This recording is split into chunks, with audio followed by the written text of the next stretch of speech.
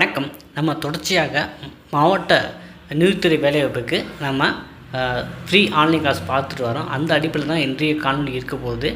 நீங்கள் முதல் தடவை நம்ம சேனலில் பார்க்குறவராக இருந்தால் மறக்காமல் சப்ஸ்கிரைப் பண்ணிட்டு கண்டினியூ பண்ணுங்கள். இந்தியாவின் தேசிய வருமானத்தில் முக்கிய பங்கு வகிப்பது. ஸோ இது காமனாக ஒரு ஸ்டாட்டிக்கான எப்படிலாம் கேட்பாங்க அடிப்படையில் தான் இந்த கொஸ்டினை தொகுத்துருக்கோங்க. அது இந்திய தேசிய வருமானத்தில் அதிக கான்ட்ரிபியூட் பண்ணுறது என்னென்னா வேளாண்மை தான். ஓகேவா? மிக அதிக நீளமான கடற்கரையை கொண்ட தென் மாநிலம் எது? ஸோ ஆந்திரா தான். ஸோ மிக அதிக நீளமான கடற்கரை கொண்ட தென் மாநிலம் எதுனா ஆந்திரா. ஆனால் முதல் மாநிலம் எதுன்னு கேட்டாங்கன்னா குஜராத் தான் ஆன்சர். ஸோ நெட்டில் நீங்கள் சர்ச் பண்ணிங்க, இந்தியாவில் மிக நீண்ட கடற்கரை கொண்ட மாநிலம் எதுனா அது குஜராத். இவங்க தென் மாநிலம் கொடுத்துருக்காங்க. அப்போ ஆந்திர பிரதேசம் தான் சரியான பதில். இந்திய அறிவியல் கழகம் அமைந்துள்ள நகரம் பார்த்திங்கன்னா பெங்களூர். இந்தியன் சயின்ஸ் சரிங்களா ஆர்கனைசேஷன் அமைந்திருக்க இடம் பெங்களூர். இந்தியா முதல் அணுகுண்டு சோதனை நடத்திய இடம் பொக்ரான். சரிங்களா, இந்தியா முதல் அணுகுண்டு சோதனை நடத்திய இடம் பொக்ரான். ஜாலியன் வாலாபாக் படுகொலை நடந்த ஆண்டு பார்த்திங்கன்னா 1919 ஞாபகம் வச்சுக்கோங்க. இந்தியாவின் மிக உயர்ந்த இலக்கிய விருது எது அப்படின்னா ஞானபீட விருது. இந்தியாவின் மிக உயர்ந்த இலக்கிய விருது எதுனா ஞானபீட விருது. ஆஸ்கார் பரிசு பெற்ற முதல் இந்தியர் யார் அப்படின்னா சத்யஜித் ரே. ஆஸ்கார் பரிசு பெற்ற முதல் இந்தியர் ஏன்னா சத்யஜித் ரே. இந்தியாவில் எங்கு அதிகமாக செம்பு கிடைக்கிறது? செம்பு இந்தியாவில் ராஜஸ்தான் மாநிலத்தில் தான் கிடைக்கிறது. செம்பு இந்தியாவில் ராஜஸ்தான் மாநிலத்தில் அதிகமாக கிடைக்கிறது. இந்தியாவில் காடுகளின் நிலப்பரப்பு எத்தனை சதவீதம்னா 23% காடுகளின் நிலப்பரப்பு இருக்குது. இந்தியாவின் மிகப்பெரிய நதி எதுனா கங்கை நதி. தேசிய காளான் ஆராய்ச்சி மற்றும் பயிற்சி நிலையம் அமைந்துள்ள இடம் சோழன். தேசிய காளான் ஆராய்ச்சி மற்றும் பயிற்சி நிலையம் அமைந்துள்ள இடம் சோழன்.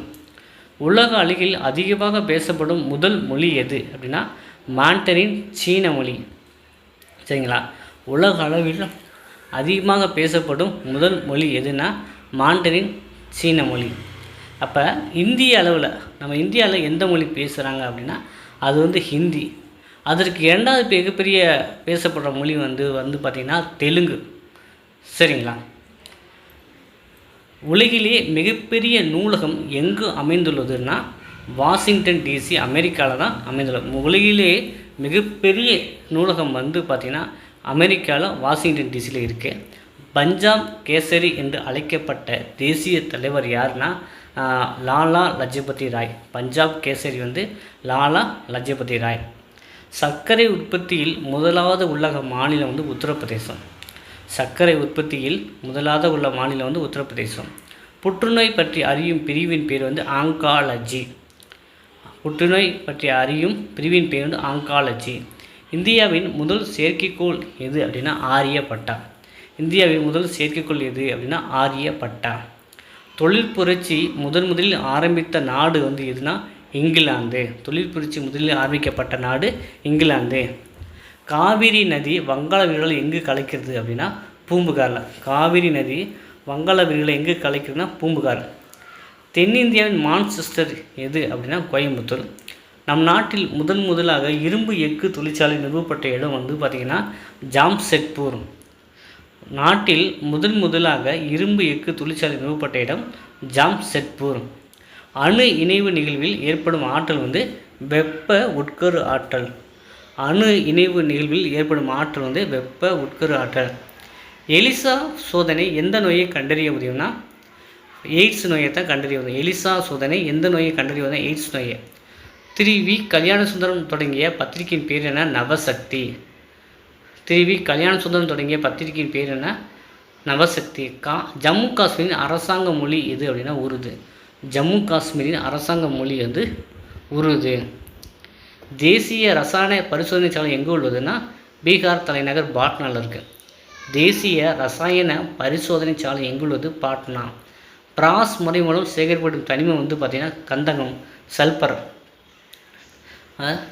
பிராஸ் முறையில் சேகரிக்கப்படும் தனிமம் எதுனா கந்தகம், சல்பர். திராவிட வேதத்தை இயற்றியவர் வந்து நம்மாழ்வார். திராவிட வேதத்தை இயற்றியவர் வந்து நம்மாழ்வார். தண்ணீரில் மிதக்கும் உலோகம் வந்து பாதரசம். ஸோ தண்ணீரில் மிதக்கும் உலோகம் பாதரசம். உடலில் மிகச்சிறிய சுரப்பி எதுனா கணையம். உடலில் மிகச்சிறிய சுரப்பி எதுனா கணையம். அமிலங்கள் புளிப்பு சுவையை உடையவை. நீல லிட்மஸ் தாளை அமிலக்கரைசலில் சிவப்பு நிறமாக மாற்றுகிறது. நீல லிட்மஸ் தாளை அமிலக்கரைசலில் சிவப்பு நிறமாக மாற்றுகிறது. சோடியம் ஹைட்ராக்சைடு வந்து ஒரு காரம் ஆகும். சிவப்பு எறும்பின் குடுக்கில் ஃபார்மிக் அமிலம் உள்ளது. அமிலமும் காரமும் சேர்ந்து உப்பு மற்றும் நீர் உருவாகிறது. நாம் பல் துலக்குவதற்கு பற்பசையை பயன்படுத்துகிறோம் எனில் அது காரம் தன்மை கொண்டது. மஞ்சள் தூள் நிறங்கட்டியானது காரக்கரைசலில் மஞ்சள் நிறத்திலிருந்து சிவப்பு நிறமாக மாறுகிறது. பென்சாயிக் அமிலம் உணவு பாதுகாப்பனாக பயன்படுகிறது. பென்சாயிக் அமிலம் உணவு பாதுகாப்பனாக பயன்படுகிறது. புளிப்புச்சுவை என்பது லத்தீன் மொழியில் அசிட்டஸ் என்ற சொல்லால் வழங்கப்படுகிறது. புளிப்புச்சுவை என்பது லத்தீன் மொழியில் அசிட்டஸ் என்ற சொல்லால் வழங்கப்படுகிறது. குளவியின் கொடிக்கில் அல்கலி என்ற காரப்பொருள் அமிலம் உள்ளது. குளவியின் கொடிக்கில் அல்கலி என்ற காரப்பொருள் அமிலம் உள்ளது. ஸோ நம்ம எக்ஸாமுக்கு எதிர்பார்க்கப்படும் முக்கியமான ஒரு 40 ஒன்வேர்டு தாங்க பார்த்துருக்கோம். ஸோ இது ரொம்ப உங்களுக்கு பயனுள்ளதாக இருக்கும் அப்படின்னு நம்புகிறேன்.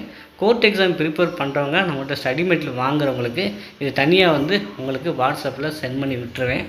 அதே போல் உங்களுக்கு யாருக்கேனும் கோர்ட் எக்ஸாமுக்கு study material, test page, online கிளாஸோட பிடிஎஃப் வேணும்னா இந்த நம்பருக்கு நீங்கள் சார்ட் பண்ணி வாங்கி படிக்க ஆரம்பிக்கலாம். சரிங்களா? ஸோ இந்த காணொளி உங்களுக்கு சிறிதளவினேனும் பயனுள்ளதாக இருக்கும் அப்படின்னு நம்புகிறேன். ஸோ இதே போல் காணொளிகளுக்கு புதுசாக பார்க்குறவங்க மறக்காமல் சப்ஸ்கிரைப் பண்ணி வச்சுக்கோங்க. அடுத்த காணொளியில் நம்ம மீண்டும் சந்திப்போம். நன்றி, வணக்கம்.